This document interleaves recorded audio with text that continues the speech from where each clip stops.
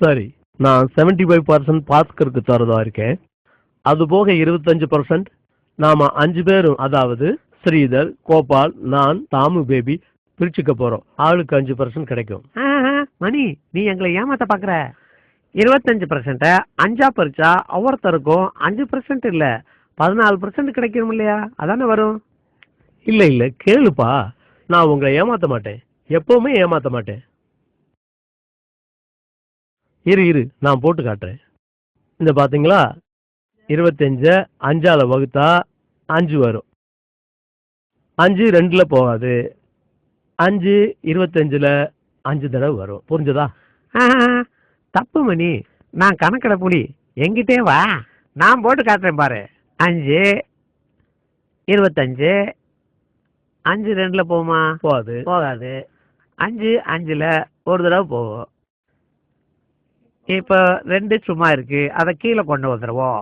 5ஆல 20 வகுத்தா 4. கணக்குன்னா இப்படி போடணும். 25 5ஆல வகுத்தா 14. Oh no, நான் உனக்கு புரிய வைக்கிறேன். இதோ பாரு. 5 5 தரம் 5 5 5 25. பாரு, நல்லா போட்டாரு கணக்கு. என்ன? உங்களுக்கு எவன் தான் கணக்கு சொல்லி கொடுத்தானு தெரியல. கொடுங்க, இப்படி நான் போட்டு காட்டுறேன். 14 5ஆல பெருக்கினாதான் 25 வரும்.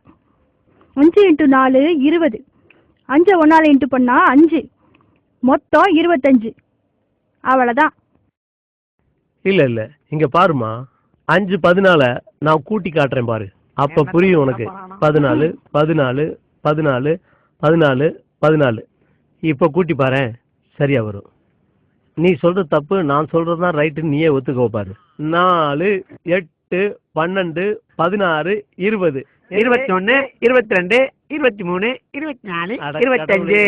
அது கணக்குல ஏதாவது டவுட்னா என்கிட்ட கேட்டுக்கப்பா. நல்ல வேலை ஏமாத்த தெரிஞ்சாங்க. அடச்சா.